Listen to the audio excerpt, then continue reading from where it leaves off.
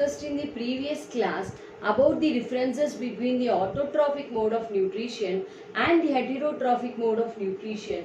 Here in this chapter, in this class, let us discuss about the autotrophic mode of nutrition in details.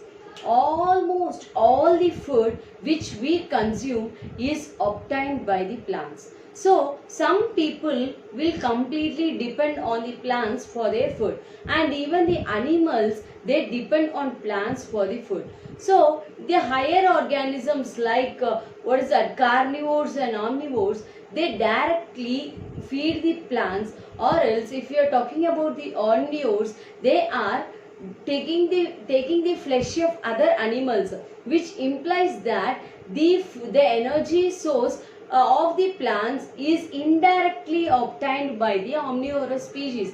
Likewise, carnivorous species, while they are consuming the flesh of the other species, they are indirectly obtaining the energy. So if we are considering about the food chain,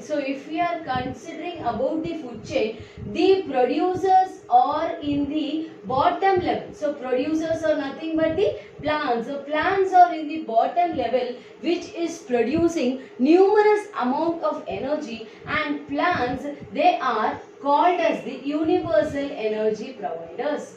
Universal energy providers. So as they are providing the nutrients to all the species which is present in the universe, they are called as the universal energy providers. So many scientists, they were working how does the plants is synthesizing its own food. Many scientists was working against the plants, how the plants are preparing its own food. So quickly recollecting the history of the photosynthesis. So initially von Helmont is a scientist. He told that the plants obtain the nutrition not only from the soil but also from the other sources. See, if we are talking about the plant, so this plant produces the photosynthesis. This plant produces the food called as starch by the means of photosynthesis. So how does this mechanism takes place? Right? So initially von Helmont was a scientist who stated that the plants get nutrients not only from the soil but also from other sources. So continuing the work of the von Helmont, he also stated that water is essential to increase the body mass of the plant. Okay, so the body mass of the plant is being increased by the presence of water. So these two phenomenon was stated by a scientist called as von Helmont. Then later, so they were finding the raw materials required for the process of photosynthesis, and they were concluding that what are all the products being produced by the plant. So in the year 1931, C.B. Van Til, he worked on the purple sulfur bacteria. So purple sulfur bacteria, and he came to a conclusion that the plants, they prepare a food substances called as glucose, and later this glucose, they combine together to form a polysaccharide called as starch. Okay, so called as starch. So here we have to keep a point in mind. The plants, they not only produces carbohydrates but also plants have the ability to synthesize some proteins and fats also. Right, so this is an important point. Right, then next came the scientist called as Robert Hill. So Robert Hill stated that the oxygen which is released to the atmosphere is obtained only by the splitting up of water molecules. So we have seen the plants, the autotrophic plants, they are called as the oxygenic, as they are producing the oxygen as the byproduct. So for this I have given the explanation in the previous session that instead of water, when hydrogen sulfide is added, sulfur gas is being produced. So here when the water is being splitted, what is being produced? The oxygen is being produced. So this phenomenon was given by a scientist called as Robert Hill, and his reaction is called as the Hill's reaction, and the mechanism of the Hill's reaction is photosynthesis. So what is photolysis? The photolysis is the process in which the splitting up of water molecules takes place in the presence of sunlight. See, since the word photo is present, we should be careful that this process happens only in the presence of sunlight, right?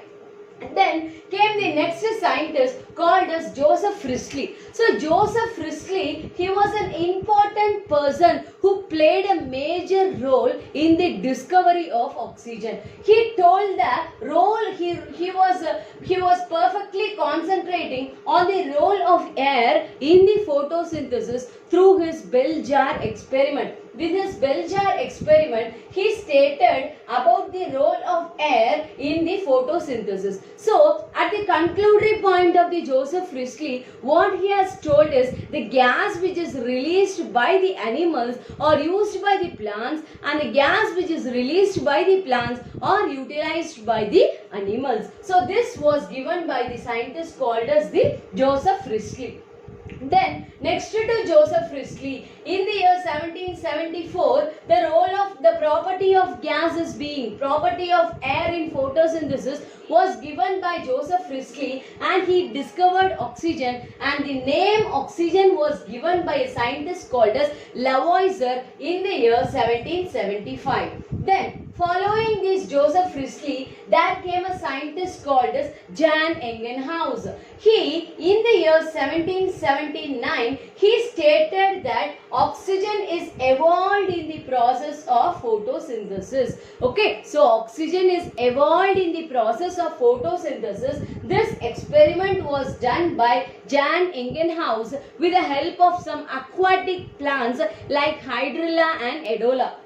Right. So, following this Jan Ingenhousz, in the early 20th century, the scientist called as Engelmann, he proposed the maximum rate of photosynthesis. So, coming to the maximum rate of photosynthesis, what happens if we are taking a prism and the white light is passed into the prism, it splits into 7 constituent colors. So, the scientist added photosynthetic bacteria in the wavelength, in the color of the wavelength. So he found out that there is the accumulation of bacteria seen in red and blue color. So he stated that the maximum rate of photosynthesis happens in the wavelength of where the red and blue coloration is present. So this was done by a scientist called as the Engelmann.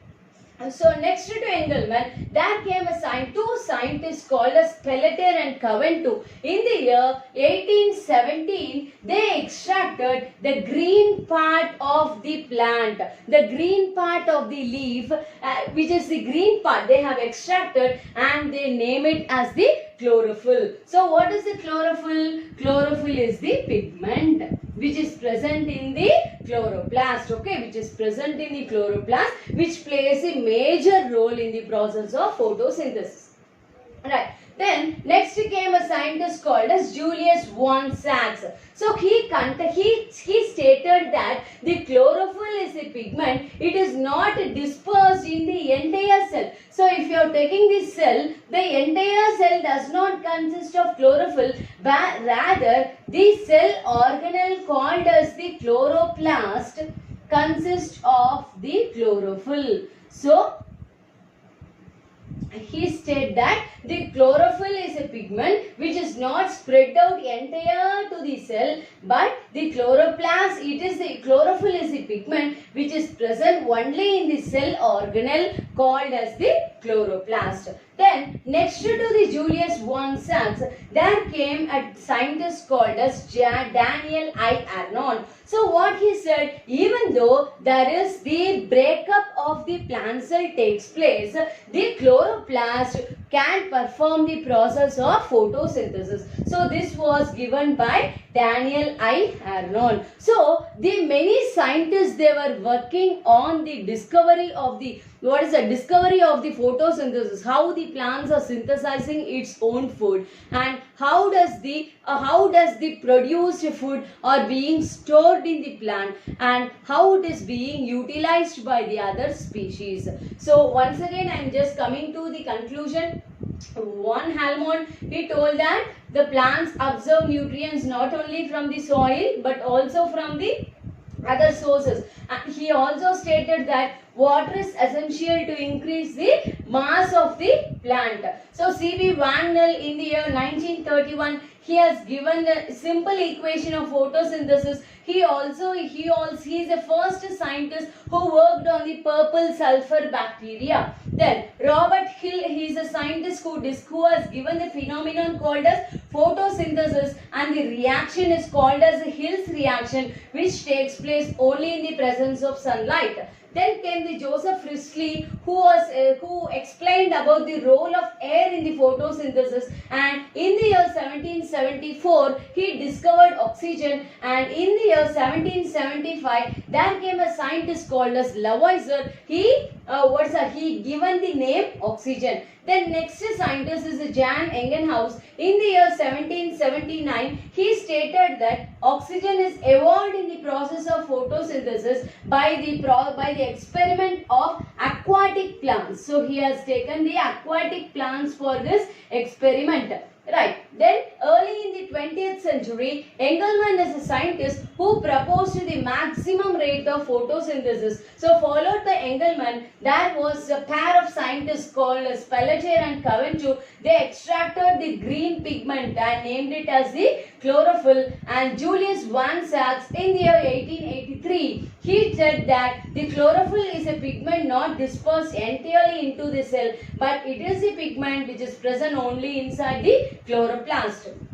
Last, there came a scientist, Daniel I. Arnold. He stated that even though there is some breakage in the plant cell, the chloroplast, they can perform the process of photosynthesis. In the next class, we can see about the structure of the chloroplast, and we can see how does the mechanism of photosynthesis takes place. Thank you.